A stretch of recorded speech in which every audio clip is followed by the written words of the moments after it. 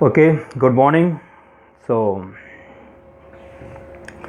till now you have learned if any point is having coordinate like this 3 minus 2 1 या कुछ भी है तो उसका पोजीशन वेक्टर होगा with respect to origin this 3i minus 2j plus k 3i x coordinate 3 है तो x के डायरेक्शन में i का 3 टाइम्स, y के डायरेक्शन में 2 का j टाइम्स और k टाइम्स लाइक दिस।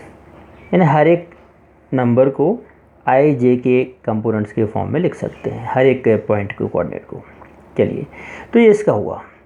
इस तरीके से दूसरा पॉइंट है क्यू, तो उसका पोजीशन वेक्टर ये हुआ। और हमें पॉइंट पता करना है पी क्यू, इन दोनों पॉइंट को जोड़ने वाला वेक्टर। तो मैंने कल आपको बताया था ये, जैसे मैं पी क्यू पता करना है तो पी क्यू होगा, पी क्यू कुछ होगा P O plus O Q, P O plus O Q, और P O means O P minus O P लिख सकते हैं, या O Q minus O P कर दिया, मतलब P V of Q minus P V of P. यानी position vector of second point, position vector of this minus position vector of this. इसका position vector ये हुआ 2i plus 5j plus 7k, और इसका हुआ ये सॉल्व किया तो ये आप डायरेक्ट भी कर सकते थे 2 minus 3 minus 1 i, 5 minus minus 2 मतलब 5 प्लस 2 7, 7j, 7 माइनस 1 6k। ऐसे भी डायरेक्ट निकाल सकते हैं, पर सिस्टमेटिक करेंगे तो ये हुआ। और रिक्वेश्चन के फॉर्मेट तो ऐसे करना है, अदरवाइज आप डायरेक्ट कर सकते हैं। तो ये पी क्यू आ गया। अब कोई कहे पी क्यू का मैग्नीट्यूड निकालो, तो पी क्यू का मैग्नीट्यूड क्या होगा, रूट ओवर आई का कोफिशिएंट का स्क्वायर प्लस जे के कोफिशिएंट का स्क्वायर प्लस 6 के कोफिशिएंट माइनस 1 का स्क्वायर प्लस 7 का स्क्वायर प्लस 6 स्क्वायर नहीं निकालेगा। अब कोई कहे कि पी क्यू के डायरेक्शन में एक यूनिट वेक्टर निकालो, तो उसका फॉर्मूला होगा किसी भी वेक्टर ए कैप इक्वल होता है vector A upon mod of A, उसमें उसके मैग्नीट्यूड से डिवाइड करना। तो vector P Q upon mod of vector P Q, तो वेक्टर पी क्यू तो ये आया है अपना, और इसका मैग्नीट्यूड ये आया √86। सो -1 upon √86 plus 7 upon √86 plus 6 upon √86 ये आ गया। इसी क्वेश्चन में और जोड़ दें, पी क्यू के डायरेक्शन में एक ऐसा मैग्नीट्यूड निकालो, एक ऐसा वेक्टर निकालो जिसका मैग्नीट्यूड 12 यूनिट हो। तो पहले हमने इसका ये निकाला यूनिट वेक्टर, मान लो इसको हम आर मान लेते हैं, तो ये बन गया हमारा आर कैप। तो अब हम निकाल लेंगे मान लो कि नया वेक्टर एस, जो कि है 12 टाइम्स आर कैप। हमें आर के डायरेक्शन में क्या निकालना है, यूनिट वेक्टर निकालना जिसका मैग्नीट्यूड 12 हो। तो किसी के भी डायरेक्शन में निकालना, पहले उसका यूनिट वेक्टर निकालना, फिर उसमें 12 का क्या कर देंगे मल्टीप्लाई। तो इसमें बस 12 का मल्टीप्लाई और हो जाएगा, तो आ जाएगा -12 upon √86i plus 84 upon √86i J and plus 72 upon √86k। ये सारे क्वेश्चन आपको एक्सरसाइज में मिलने वाले हैं। एक्सरसाइज के कुछ क्वेश्चन को हम डिस्कस कर लेते हैं। ऐसे क्वेश्चन हमारे पास बुक तो नहीं है, लेकिन उसमें हमने सर्च किए। तो फर्स्ट में 2-3 वेक्टर दिए, उनका आपको मैग्नीट्यूड निकालना है। तो जैसे हमने उसमें से एक दिया है बी का मैग्नीट्यूड निकालना, तो मैग्नीट्यूड हो जाएगा magnitude of B means √2 square plus 7 के स्क्वायर प्लस 3 के स्क्वायर। अगला क्वेश्चन है right 2 different vectors having same magnitude. चलो लिख देते हैं। अब जैसे हमने लिखा यहाँ पर ए कुछ लिखा 3i minus 2j plus 5k, तो इसका मैग्नीट्यूड क्या आएगा, √3 स्क्वायर माइनस 2 स्क्वायर 9 प्लस 25 30 38 आएगा। अब हम इसमें एक काम करते हैं, वेक्टर बी बना देते हैं। यहाँ कर दिया -2i, कुछ भी इनकी जगह पलट दी, प्लस 5j प्लस 3k।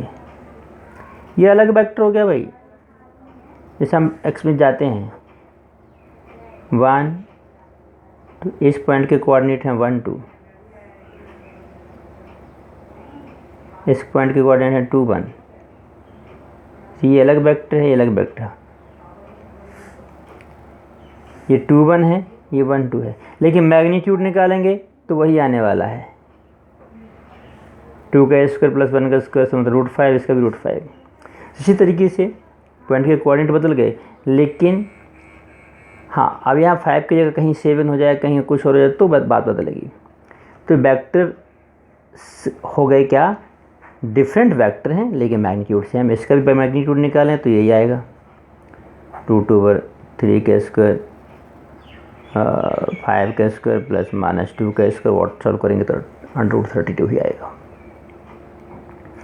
एक और क्वेश्चन आपकी बुक में है, different vectors having same direction. Different vectors जैसे अब ये है AIJK, अब ए का ही हमने कुछ टाइम्स, मान लो ए में 3 का मल्टीप्लाई करो तो 3i + 3j + 3k।